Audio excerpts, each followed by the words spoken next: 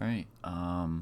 Over the past 5 days, I've been monitoring how many miles I've biked on my stationary bike, and I want to start off the video by graphing the data that I acquired. So if I'm making a graph, I'm going to label it the miles biked,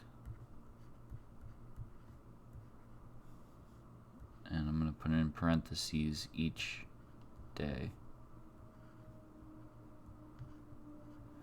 So on the x-axis, I'm going to have each day, and on the y-axis, I'm going to put the miles biked.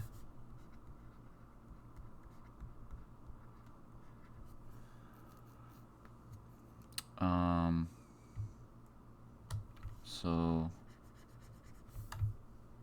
the data that I have is, let's do it like this. So day, which is going to be the x-axis, day 1, and the miles biked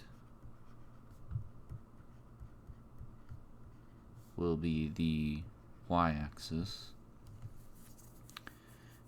and on day 1 I biked 24.58 miles. On day 2 I biked 29.41 miles. On day 3 I excuse me.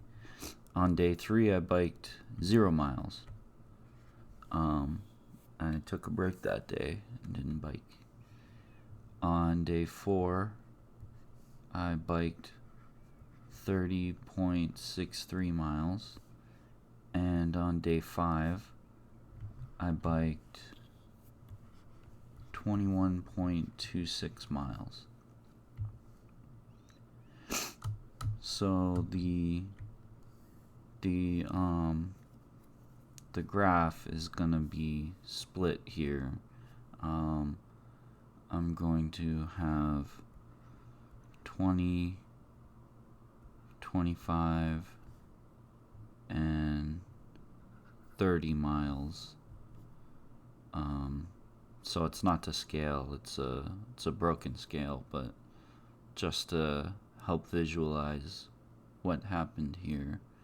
So if this is day 1, day 2, day 3, day 4, and day 5, on day 1 I biked 24.58. So if I do this, do some intermediate tick marks,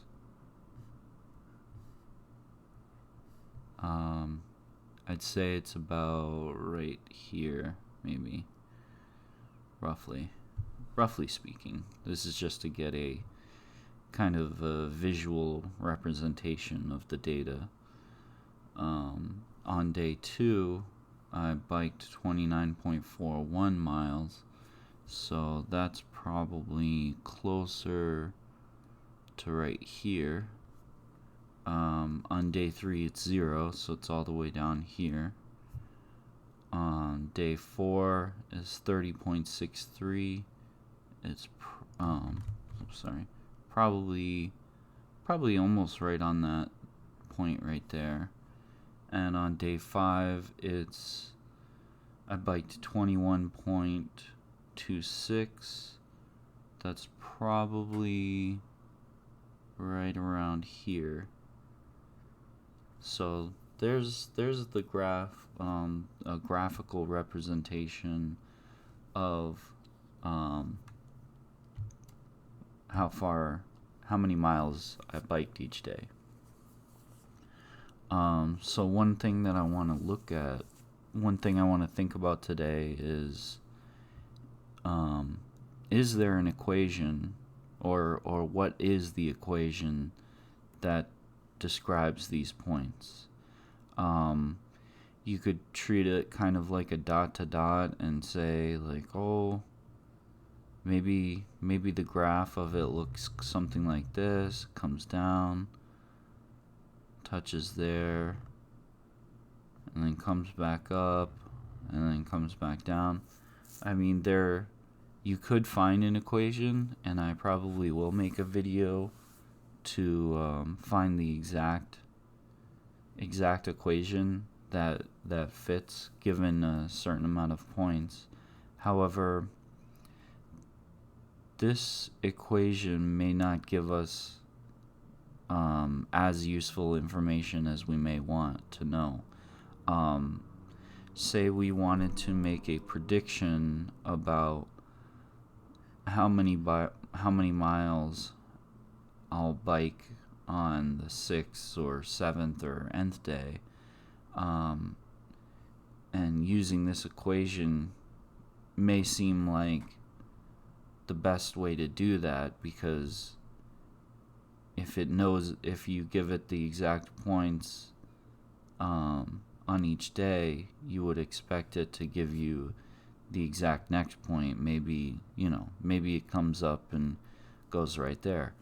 But a lot of times what you find with these kind of equations is they'll be really good for the data points you give them, but then the equations usually go off the charts either on the front or the back, and they do all kinds of weird, impossible things outside of the points you give them. So what we may want to see is like some sort of trend, like maybe a line saying like, oh, there's an upward trend, or maybe in this case it's a downward trend. I mean, if we look at what's going on, we see like between these points kind of comes up, but it also comes way down, and this one's way down. So if we just kind of look at what's going on, maybe we can kind of predict, even without doing any actual math, we can kind of see that maybe there is like a downward trend to this data. But so given that, we're going to look for that specific if I can draw a straight enough line, we're going to look for the equation for that line, so the equation for any line is in the form y equals mx plus b.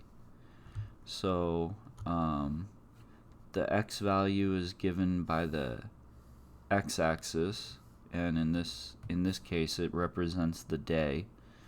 The y-axis is the what's vertical here, and that represents the miles biked. So usually a line, you only need 2 points to find the equation, but here we have way more than 2. We actually have 5 different points, and we also have another point that I want to talk about here, which is day 3, which equals 0. This is kind of in the realm of talking about statistics, and one thing you learn about in statistics is you have with data, you have these things, we'll call them outliers. And an outlier is basically a point that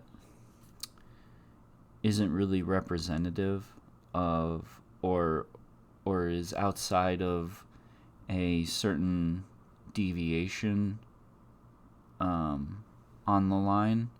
So if you think about on day one, for example, if we're just looking at this graph, the error or the deviation from what the line says it should be at that point to the actual point is a deviation, and that distance is what gives you, that you have kind of like a bell curve at each point. And if a point is too far outside of that bell curve, that probability, then we call that an outlier. So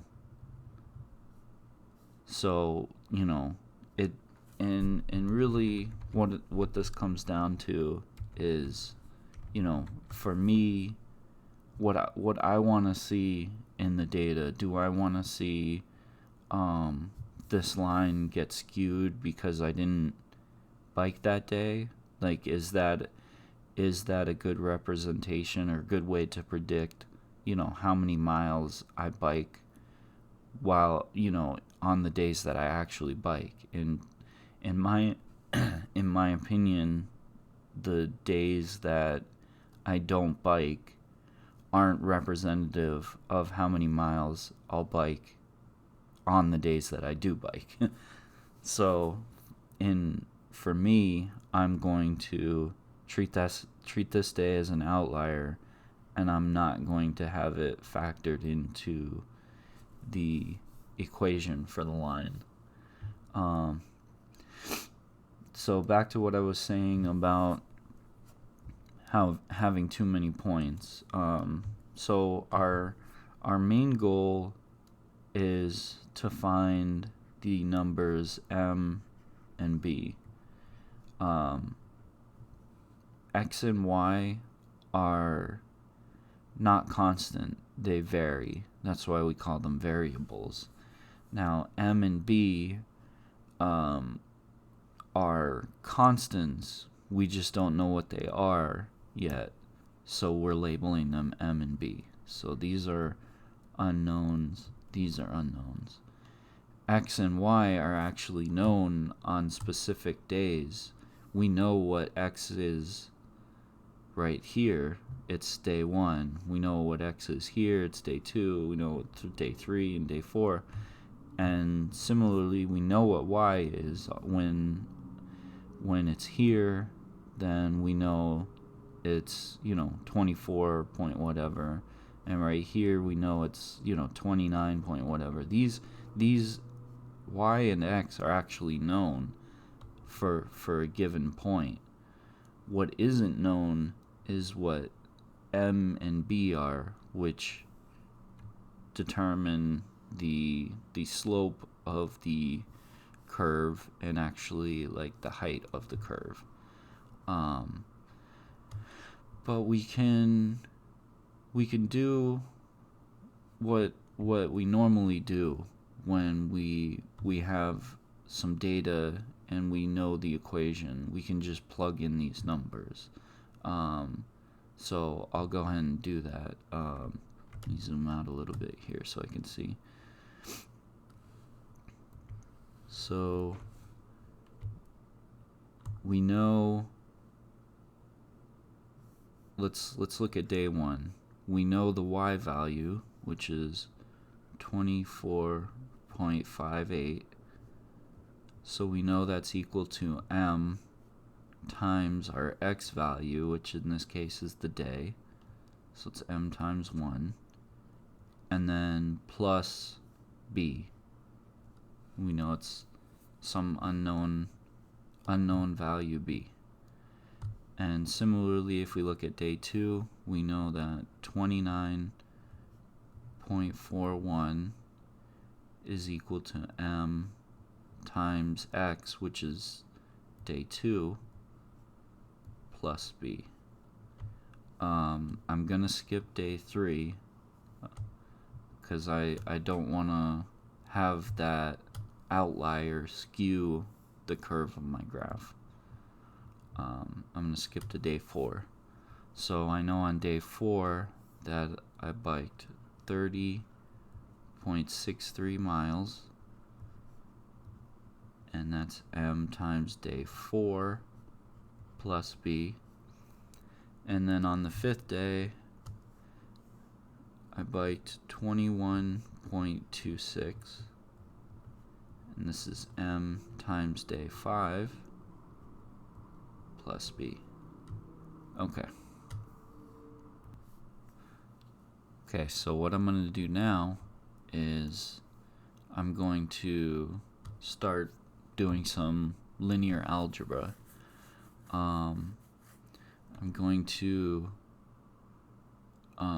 basically, I'm going to make a list, and that list is going to be, it's going to hold all the information of these 4 equations.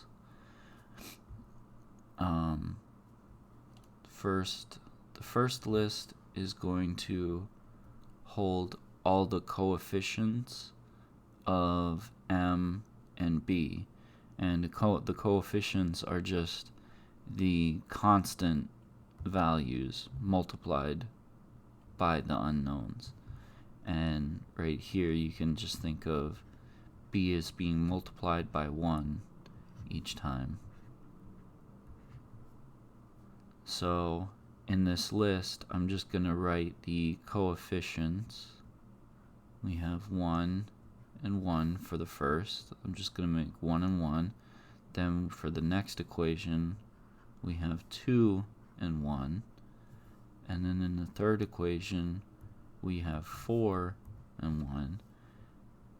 And in the last equation, we have 5 and 1. And I'm going to make another list of just the unknowns, and I'm going to put m and b like that, and then I'm going to set that equal to another list that just holds the y values. So 24.5, 29.41, 30.63, and 21.26.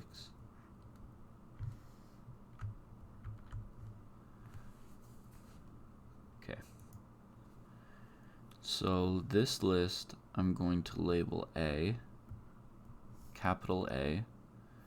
This middle list I'm going to give the label X, and this list of all the y values I'm going to call B.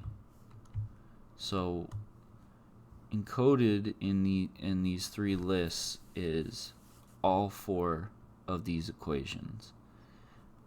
What I'm saying, if I read this off, I would see that 1 times m plus 1 times b is equal to 24.5. And if I look over here, that's exactly what I said here. And in the second row, I see that 2 times m plus 1 times 4 is equal to 29.41. And that exactly matches this second equation. Similarly, this times m plus this times b equals 30.6. That's that equation. And 5 times m plus 1 times b equals 21.26. So I've encoded all of the equations into these 3 lists. So what I'm saying is, and these lists are also known as matrices. So this is a matrix, this is a matrix, and this is a matrix.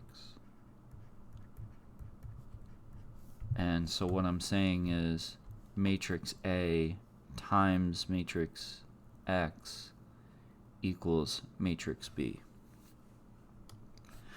So what I'm trying to solve for is this matrix X here. I want to get it by itself. Currently it's multiplied by a matrix A, and I want to isolate it by itself. So one thing we learn,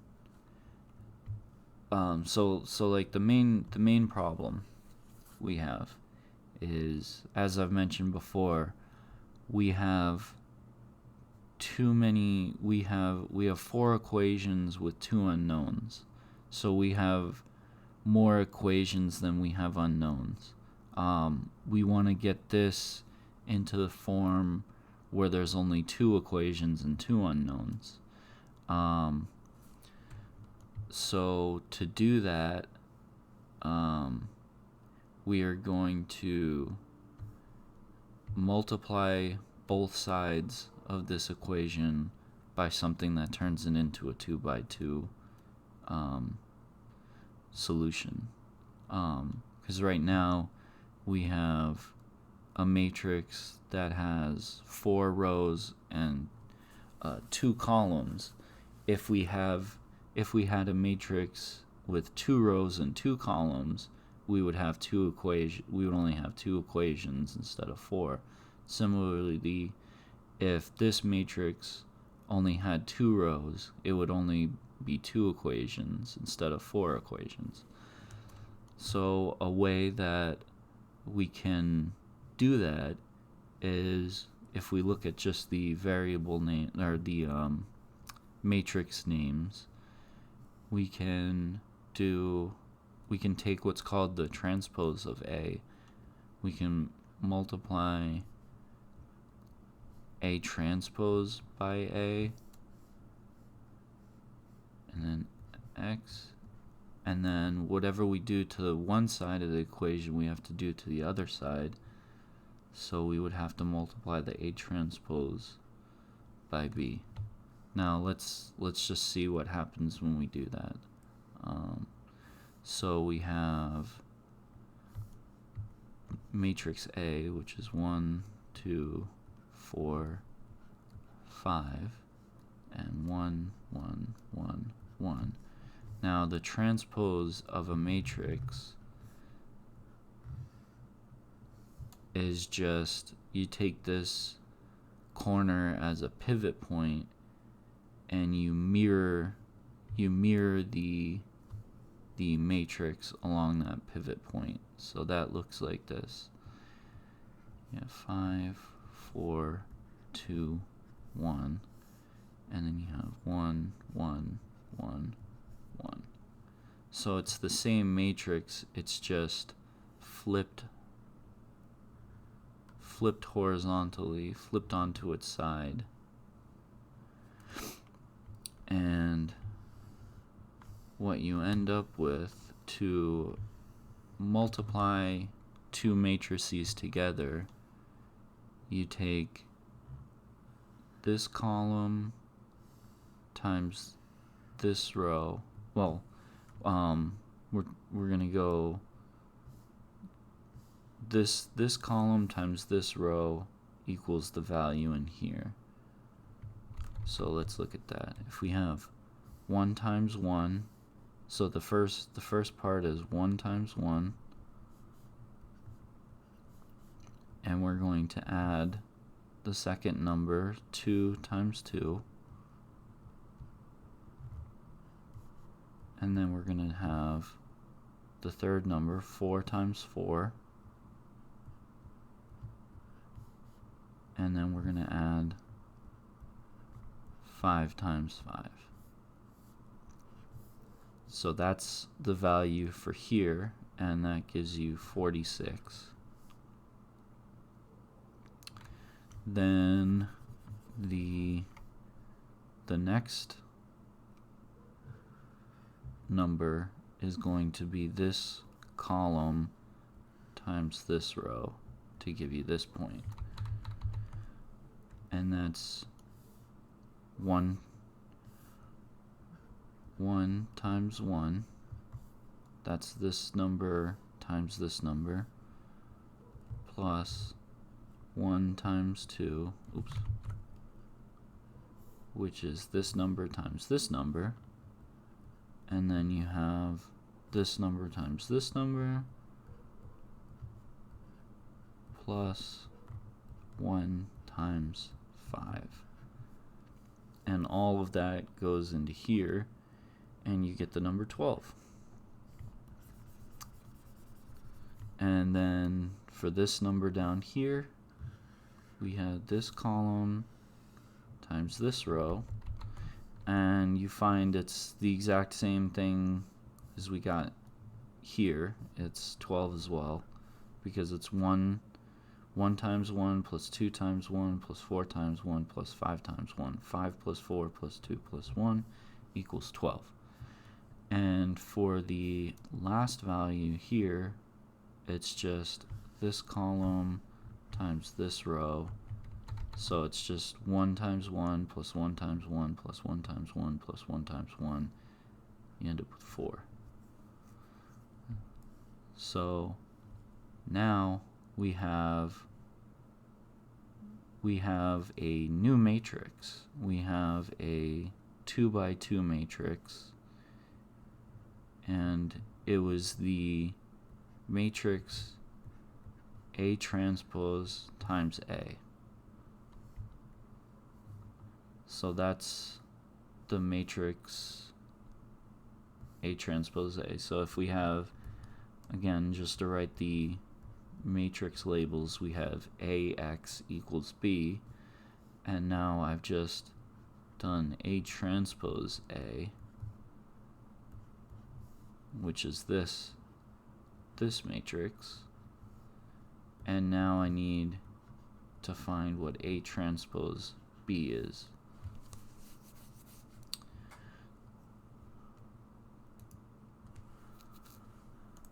Okay, for A transpose B, I'm going to write out the transposed matrix. 1, 2, 4, 5, 1, 1, 1, 1. That's A transpose.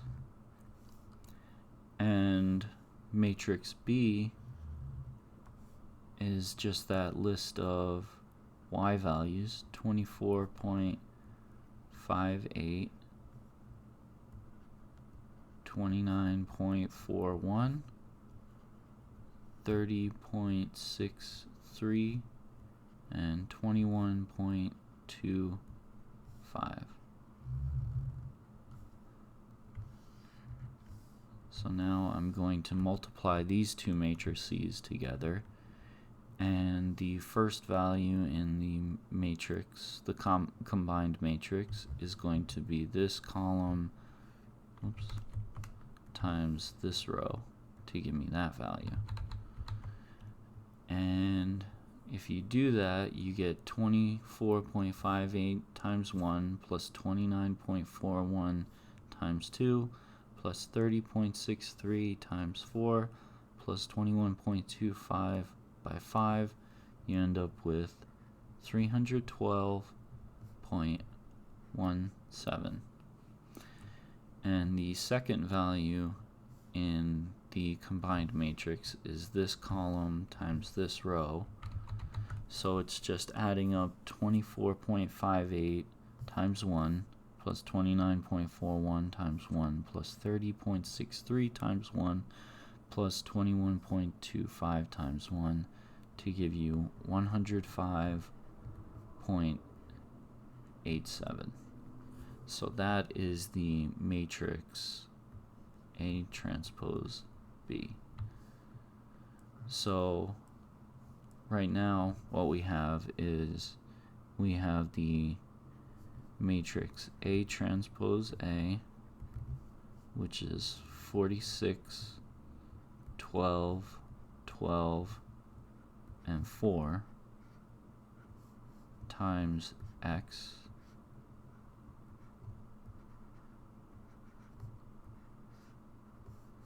is equal to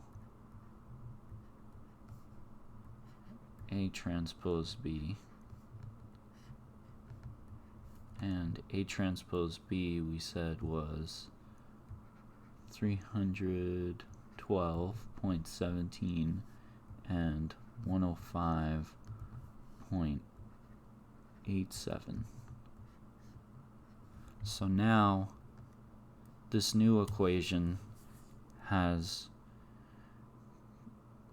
two equations with two unknowns. So maybe I will just expand this back out just to show what this is actually saying.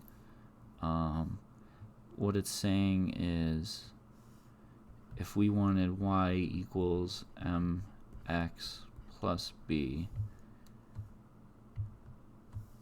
if we plug in these numbers, I'm saying that 312.17 is equal to 46 x plus 46m plus 12b.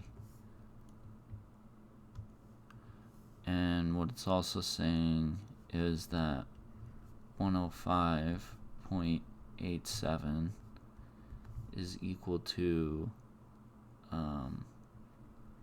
12m plus 4b.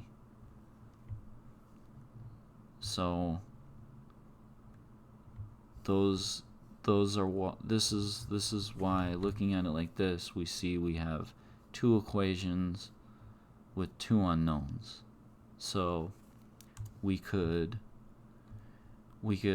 take this first equation, solve for either m or b, and then we could plug that in as b or m in the second equation, and that would give you one equation with one unknown, and you could solve for the other value directly.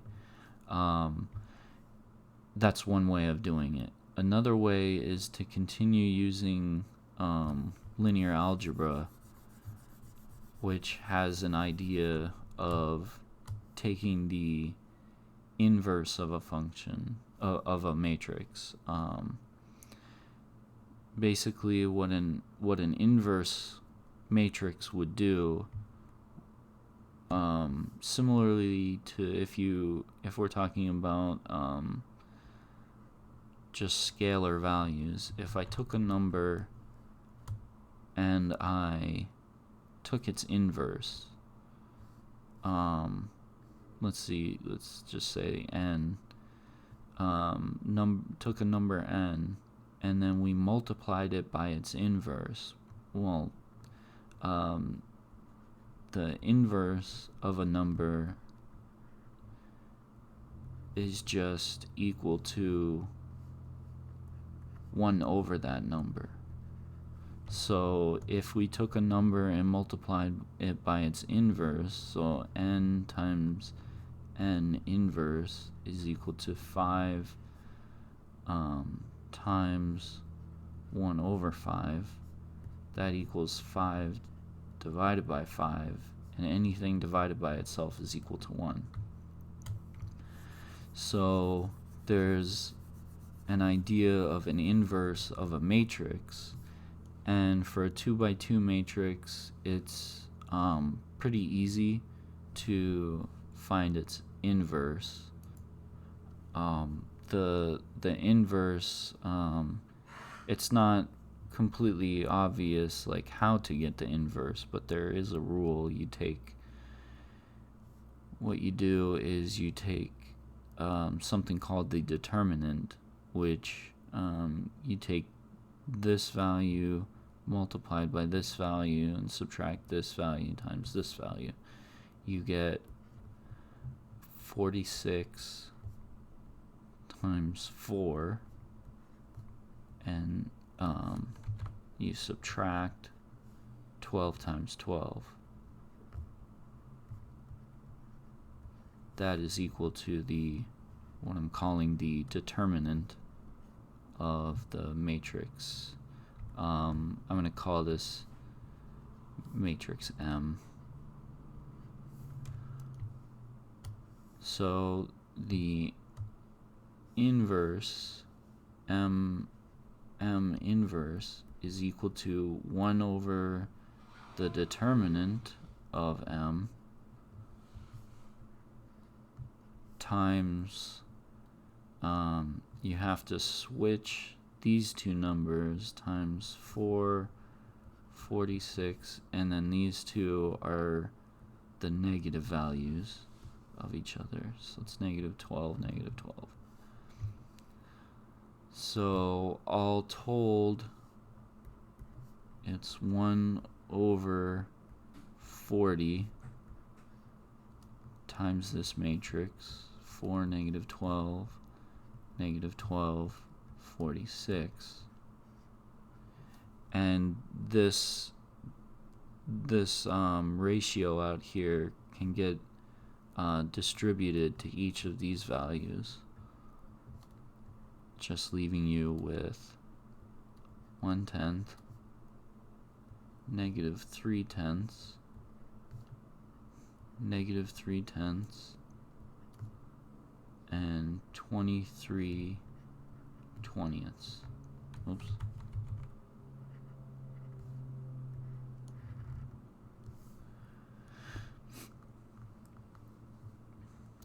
So now what this has done for us is we're going to multiply the inverse on the left side,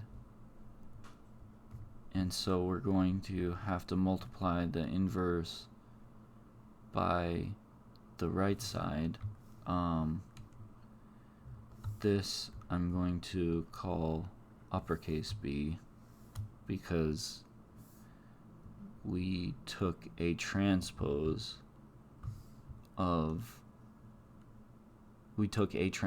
times B on the right side. So now we're just left with this equation. So what this is saying is the matrix multiplied by the inverse of the matrix. And as I stated before, that basically you can think of this as 1, or something called the identity matrix, which is this matrix here, and it doesn't change anything about it's not changing anything about the matrix X. So it's really just leaving X by itself on the left side, and on the right side all we have left to do is find out what the matrix M inverse times the matrix B is, and then we've solved for the matrix X. So I'm going to solve for that down here. We have 1/10, we have negative 3/10, we have negative 3/10, and we have 23/20.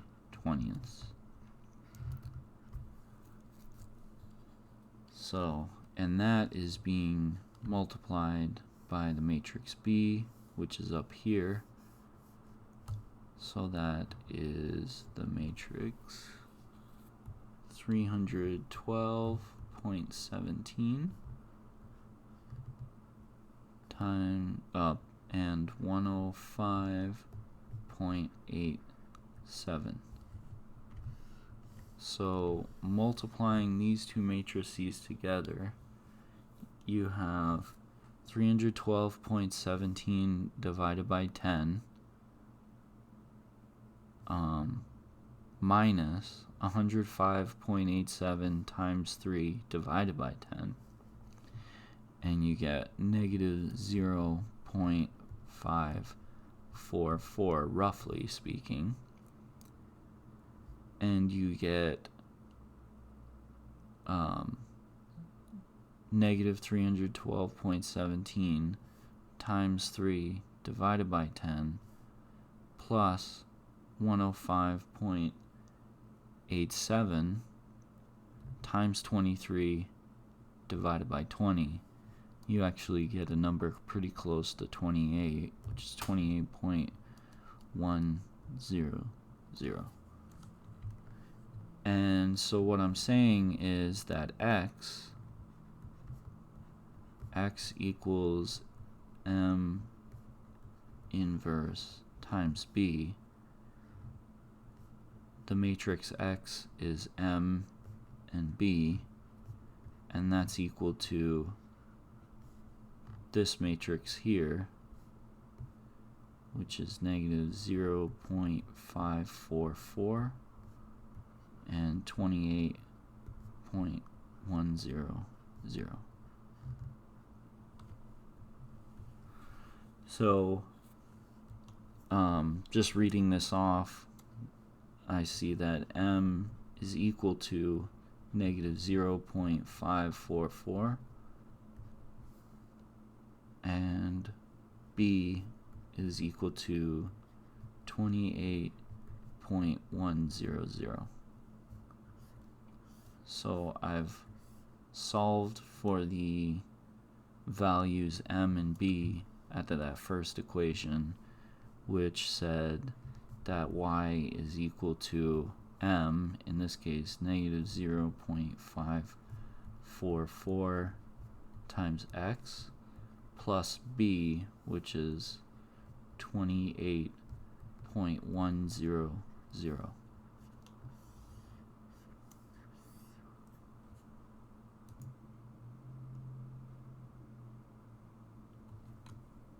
So, this is a graph taken from Desmos, showing the points and also showing the line going through, and you see basically the Desmos will take what's called a linear regression curve, and that's what I found. And it shows the equation is negative 0.544x plus 28.0995. I rounded up to 28.1. Still pretty close, but yeah, that just shows you the trend, and it is a downward trend. So we'll see how I do next week, and hopefully I can make that trend go up.